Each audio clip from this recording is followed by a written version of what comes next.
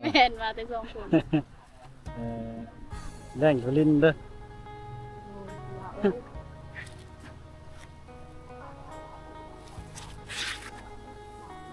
มาหาผู้บ่าวว่าหรือมาเที่ยวน่ะ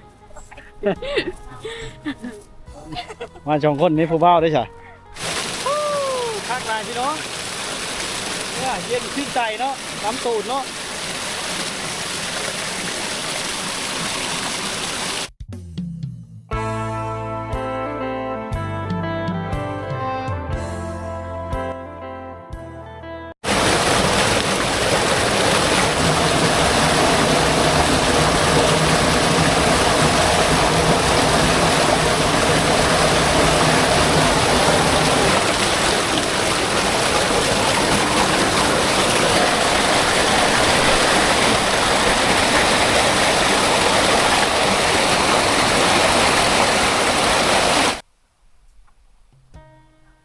ทักทายสวัสดี FC ทุกคนนะยินดีต้อนรับเข้าสู่วิถี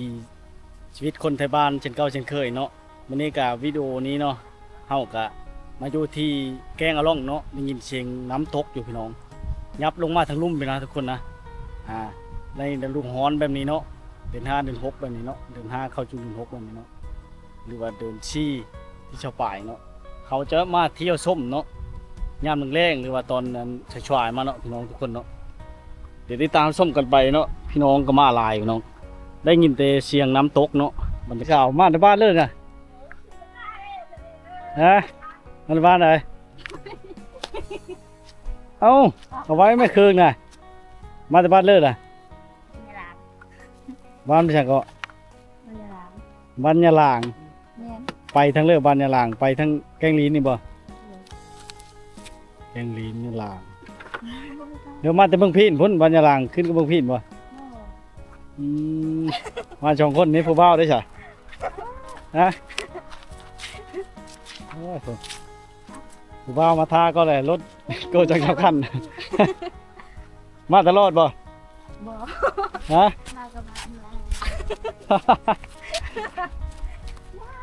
ไปเลย โอ้มีเครื่องครบชุดเลยพี่น้องเป็นมาเนาะมีรถไงรถอย่างมาฮอดได้หนึ่งเลยน้องคนทางเนาะรถว้ารถอย่างมาฮอดเนาะสบายเนาะจากมอเตอร์ไซค์ป๊อปไทยกับขี่มอเตอร์ไซค์มาเนาะมาชมวิวธรรมชาติ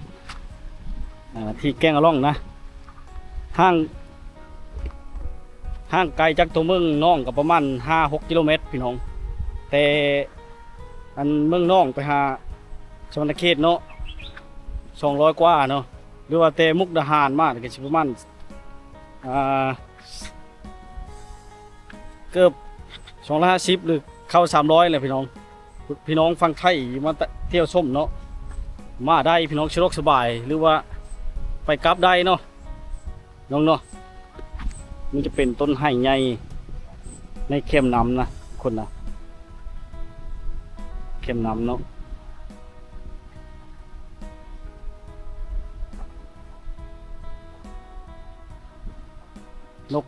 นกบางเทือกมันมักกินมาให้เนาะอันนี้คนมาหลายเพราะคนมาเที่ยวชมหลายชมเนาะพี่น้องมาตั้งแคมป์นี่เนาะมาตั้งแคมป์ส้มวิวนะคนนะมาตามส้มเนาะรวมมาแต่ทางใดเนาะสวัสดีมาแต่ทางเลือนี่มึงน้องมาเอาเลยพี่น้องก็มานั่งชมวิวเนาะโอ้ยธรรมชาติงามหลายเลยพี่น้องฟังไทยฟังลาวหรือต่างประเทศเนาะมาเที่ยวชมเนาะทางคนทางฮอดเด้อพี่น้องนั่นดูแรงนี่เนาะ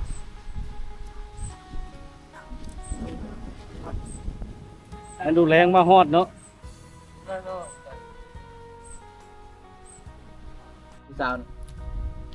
มาแต่บ้านเลยก็เยอะโอ้มาลิ้นประจำแล้วมันอยู่เคอเนาะบริเคอร์ไปเลยถ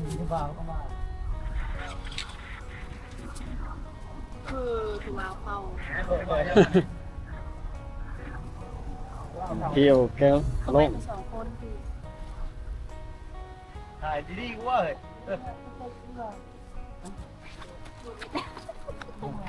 ตกแต่ของข่าวกันเรื่องคุณป้าจะถ่ายรูปมันถ่ายไปสหรัฐอเมริกา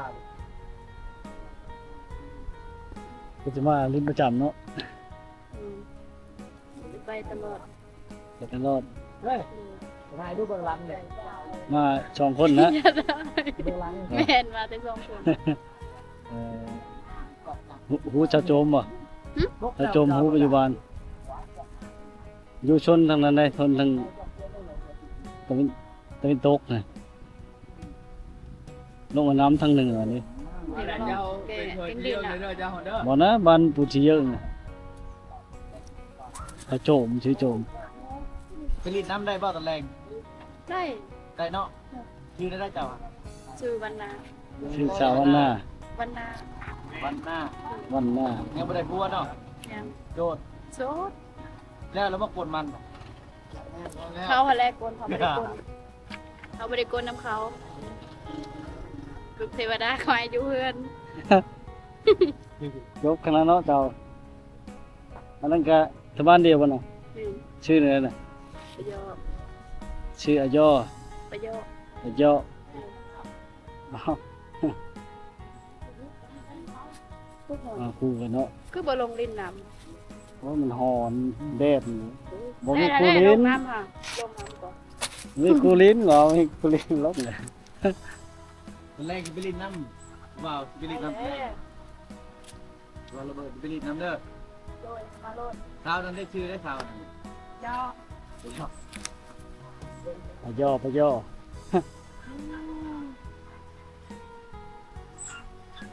ไม่ได้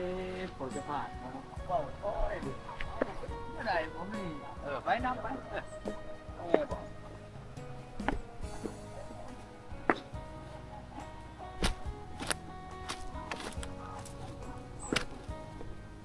แรงกูลิ้นเด้อ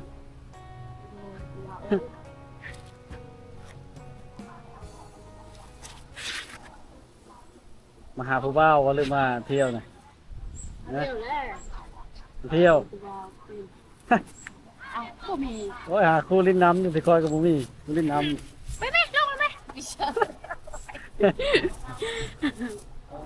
เอาเนี่ยมันบ่มีเนาะเอ็นเวลนะได ำโอ้สงกรานต์เขามาลิ้นอยู่นี่แล้วสงกรานต์เนาะ บ่สงกรารอยู่ปินดินพูด อยู่แกงลิ้นบ่ โอ้ย อยู่นี่เขาบ่ได้มาบ่จ้ะ เขามาอยู่แต่ว่าบ่หลายคนอยู่พุ่นละหลายคน เขาตันชิลิ้นนั่นน้ำนะบ่ได้โพเชลูนะคือเห็นเขาเอากระเป๋าเล่น บ่เขาตันไว้ซื่อๆจักเขาเจ้าเฮ็ดหยังเขาก็ยังบ่ฮู้ค่ะ อืม คันเขาเอ็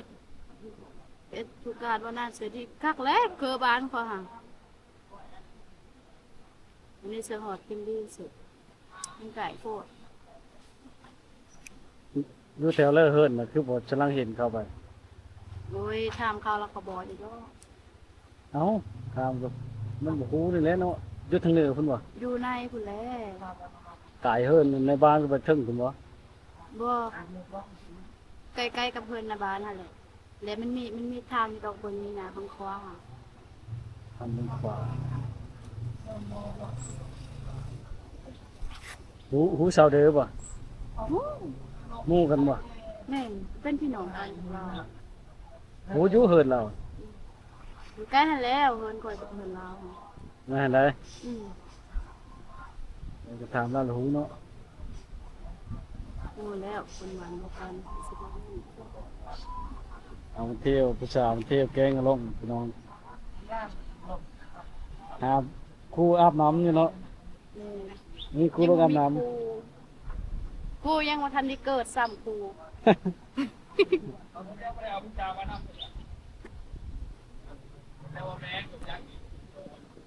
ำรู้ว่าไทยติดต่อมาเลยจะเอาบ่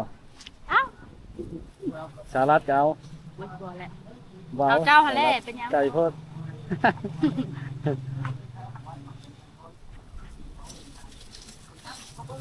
สเปกปักก็ได้จ้ะสูงสูงใหญ่ๆยาวๆ ก็จะหาหนูหัวแล้ว เคยมีผู้บ่าว ข้าวย่อหัวแล้ว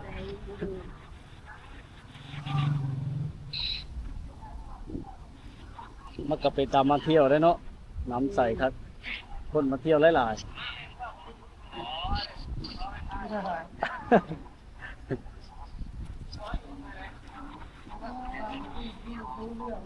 อบใจเด้อแรกนาสปรินน้ำ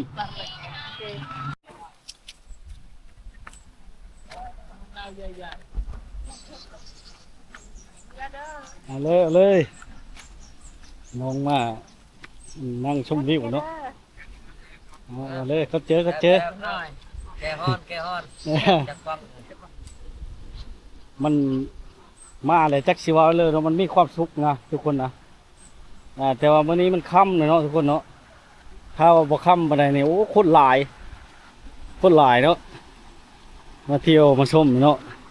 มาอาบน้ำมาหาอยู่หากินเนาะมาแต่บ้านเลยนี่มาบุญตรงโอ้ม่วนเนาะมาคือบ่โชดผู้สาวมาน้ำนี่ พี่น้องก็สิกำลังอาบน้ำเนาะอันถ้าวานยังเว้นกว่านี้เนาะคนจะมาหลายเลยทุกคนมาอาบน้ำในเนาะบรรยากาศเย็นดีเนาะมานี่มันคืออายน้ำนี่มันจะเย็นทันทีเลยนะทุกคนนะมันจะเย็นเนาะงับขึ้นไปถึงพูนเนาะถึงพูนจะมันเป็นขัวแกงอะล่องเนาะเป็นขัวเนาะผู้ทางนั้นพี่น้องอาบน้ำเชี่ยวอยู่เนาะลงไปลินน้ำนะมันเย็นดีนะทุกคนนะน้ำกับโบเลิกโบตื้นพอเท่าไรเนาะเนี่ยทักลายพี่น้องทุกคน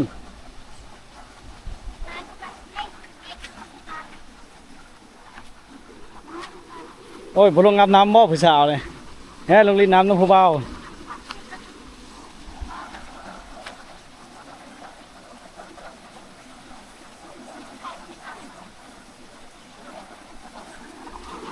เรามากครับผู้เบ้าเนาะจักพี่น้องทางบ้านเลยหรือบ้างเลย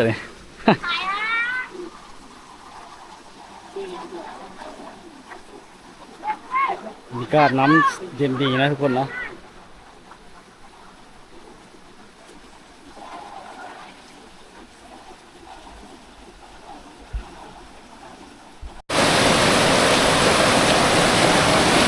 น้ำตกกาที่แกงอร่องเนาะคนเนาะ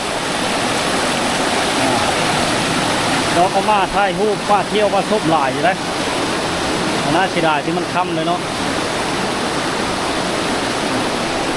มันบุกไก่ห่อเนาะ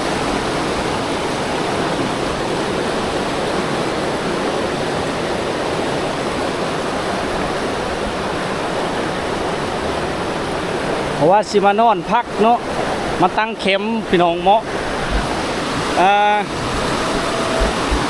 จุดนี่เหมาะกับการตั้งแคมป์เนาะให้นะเหมาะกับการตั้งแคมป์ทุกคน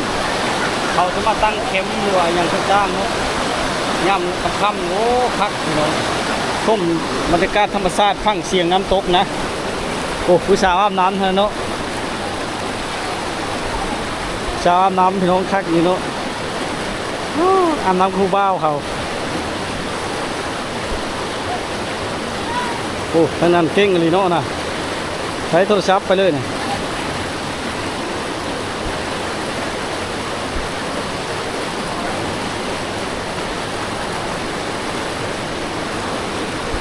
อาบน้ำกับผู้บ่าวนะทุกคนนะเอากระสีเกิดอายเนี่ยนะสาวจักมาแต่บ้านเลยพี่น้องมาเขานี่จะถืออายล้มเนาะงามลายคนผู้นั้นผู้บ่าวเลยผู้นั้นกันเลยถือโทรศัพท์ไปเลยนะความเก่งเนาะเลยน้อง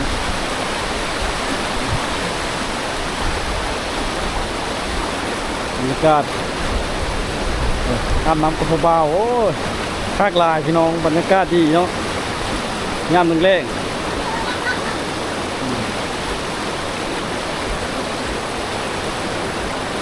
ผู้สาวใส่เสื้อขาวเนาะโอ้งามมากเลยเชียร์แต่ยุกไก่เนาะเขาไก่เขาอะไรผู้บ่าวเขาหายนะ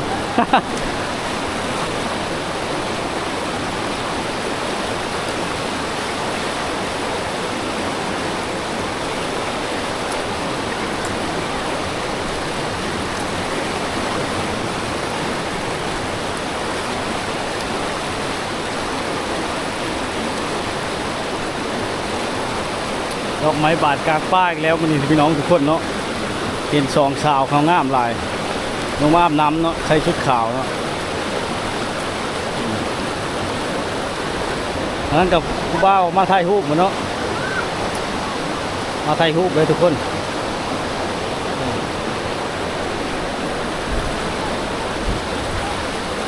ลิ้นน้ำกับผู้บ่าวนะน้ำนี่มันโบเลิกเนาะพอดีลิ้นนะมันจะเพ่งเอวเพ่งกลางคานะทุกคนนะคักหลายนะก็ดีเนาะผู้สาวเขาอาบน้ำเนาะ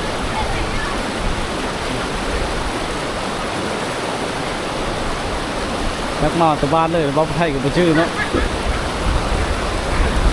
มันก็ดีพี่น้องเลยเชตำค่ำแล้วมันนี่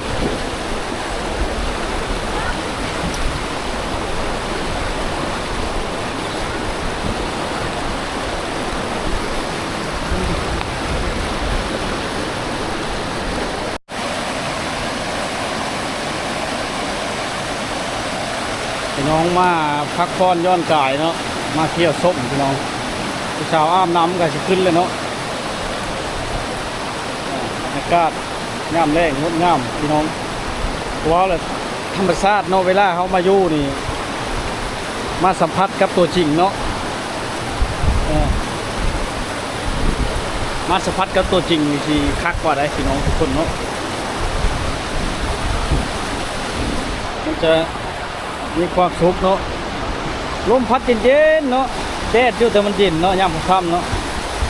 ลมพัดมากพี่น้องทุกคนเนาะ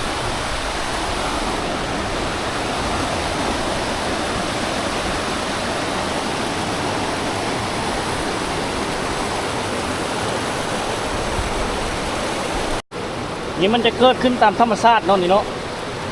ไล่ดอกไม้เนี่ยตามพระราชหินนะทุกคนนะมันจะเกิดขึ้นตามธรรมชาติเนาะน้ำพี่น้องคักลายพี่น้องเนี่ยเย็นชื่นใจเนาะน้ำตูดเนาะ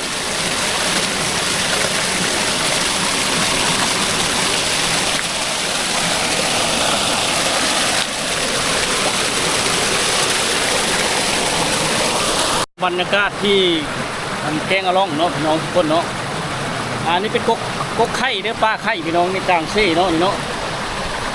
ป้าไข่ในกลางเซ่นะมาลบเด้ได้ยินแต่เสียงน้ำโตนโอ้ยเบิ่งแล้วบรรยากาศดีหลายพี่น้องบรรยากาศยามแดงเนาะทันประมาณบ่ายโมง12 โมงครับบ่ายโมง2 โมง3 โมงเนาะคนจะมาหลายเนาะกลางเมืองกลางแพงเนาะเขามาเที่ยวชมเนาะมาอาบน้ำนะในยามแรงทุกคนเนาะผู้สาวก็เมื่อแล้วผู้สาวก็มันจะได้ยินแต่น้ำตกนะทุกคนนะทักหลายเนาะมาก็ได้ความสุขเย็นดีมีชีวิตชีวาเลยอยู่อยู่ไก่เนาะมาเที่ยวชมได้เด้อในฤดูแล้งนี่สะดวกสบายทางก็มาฮอดจอดถึงเนาะแต่เมืองน้องเทศบาลเมืองน้องมากครับประมาณ5 กิโลหรือ6 กิโลนี่แหละพี่น้องเลยนอกจากมาเที่ยวมาส้มแล้วเนาะกับเบื้องการทำมาหากินของพี่น้องชาวบ้านแกงอะล่องเนาะเขตนี้เขาคิดเบ็ดหรือว่าลูกไปหาหอยนะแถวทรายแม่น้ำไหลพี่เนาะฮั่นถึกแล้วพี่น้องโอ้มานเลยเนาะพอแต่มาฮอดก็มานแล้วพี่น้องอันนี้เราคิดปลาน้อยเนาะบางคนก็ได้ปลาลาดปลาครึ่งเนาะ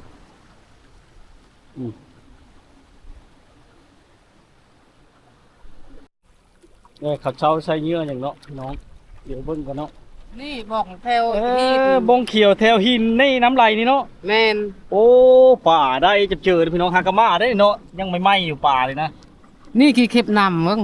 ขี้เข็บน้ำก็มีเงอะลูกเขานี่โอ้นี่เห็นมันบ่เป็นยังบ่ซะบ่คือว่าคันฝนตกนี่เบิ้งมันออกนี่เด็กคือแมงเมาเอาไปโคกินก็ได้บ่ได้ได้เนาะโคกินก็เนาะเอามาเฮ็ดเนื้อเบ็ดนี่บ่นี่ครับกินโอ้สร้างเฮ็ดเนาะขอมันเราได้ละพี่น้องหากะมาเนาะ อันนี้เป็นการทำมาหากินมาอะไรเขาเจ้าจะเอาอันเยื่อเบ็ดนี่นะทุกคนนะในแถวมันแถวในแม่น้ำเนี่ยมันเป็นบงเนาะมันจับในมะขี้หินนี่ไอ้น้องทุกคนจับมะขี้หินเนาะแล้วมันก็เบ็ดนี่ปลาจะกินเนาะปลาขาวจะกินเลยทุกคนเลย ปลาน้อย แต่ว่าปลาน้อยเนาะปลาครึ่งได้ชะขาวยังเยอะใช่นะ ใส่เห็ดใหญ่ เบ็ดใหญ่น่ะเนาะ เห็ดน้อยเอาขนาดน้อย แง่ตาลือผิดนี่เนาะนี่แหละนอกจากมาท่องเที่ยวแล้วยังมาเห็นพี่น้องมาหาอยู่หากินตามธรรมชาตินี่แหละพี่น้องตามแม่น้ำนี่แหละเนาะเนี่ยส้มบรรยากาศ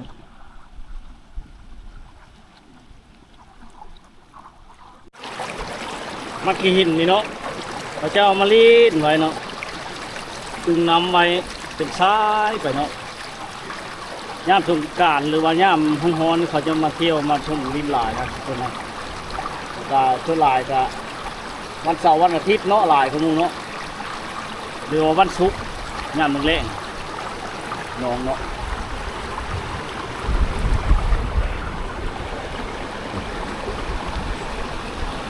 วิวงามขนาดพี่น้องทุกคนเนาะบรรยากาศเย็นดีทุกคนเนาะทั้งเชียงน้ำไหล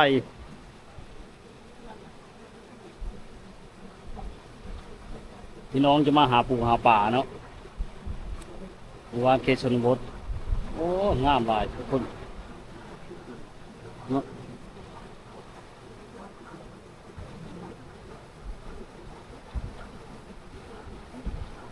เอาหม้องมาเชิญเนาะตึงแห่ได้กินเนาะได้ดิพี่น้องเลยปลาลาดเนาะปลาลาดปลาครึ่งนะดูแถวลือพีนนี่เนาะกุ้งหอยต่างๆเนาะพี่น้องมาอาบน้ำเย็นดีได้น้ำนี่เลยทุกคนเลยโอ้ธรรมชาติต้องสวยงามเนาะสวยงามเสมอมาแต่ฟังไทยก็มีมาแต่ฟังลาวก็มีเนาะตั้งเมืองตั้งแขวงทั้งลุ่มแกงอะล่องพี่ได้นี่งานเรามากกับบกไก่ไปเลยเนาะแกงอะล่องทุกคนสร้างทั้งลุ่มเขากำลังสร้างขัวพูนพี่น้องไกลๆพี่น้องกำลังสร้างขัว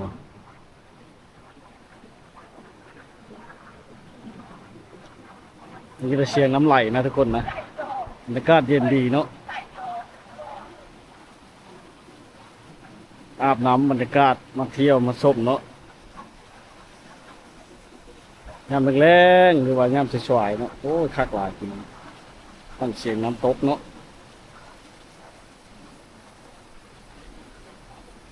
เอามาอาบน้ำมาลินน้ำเนาะมาแต่ไก่บางบ่อนมาแต่เมืองพีนเนาะ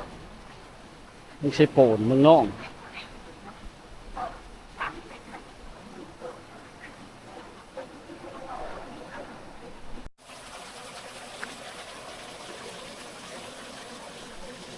พี่น้องมาติดตามหาส้มเนาะเที่ยวบรรยากาศน้ำสวยๆพี่น้องพี่ลุงแกงอะล่องมาเนี่ยคักเลยพี่น้องทุกคนงามหลายเนาะไก่น้ำโคนต้นลายย่างแรกเนาะเขาจะมาลินเนาะต้นเนาะป่าลายได้พี่น้อง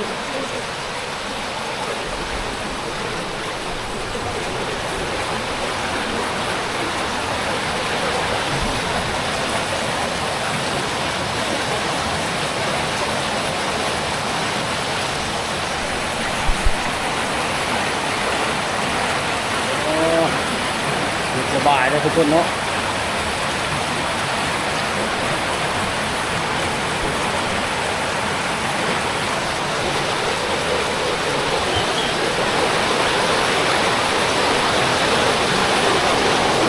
ธรรมชาติสวยงามตลอดพี่น้อง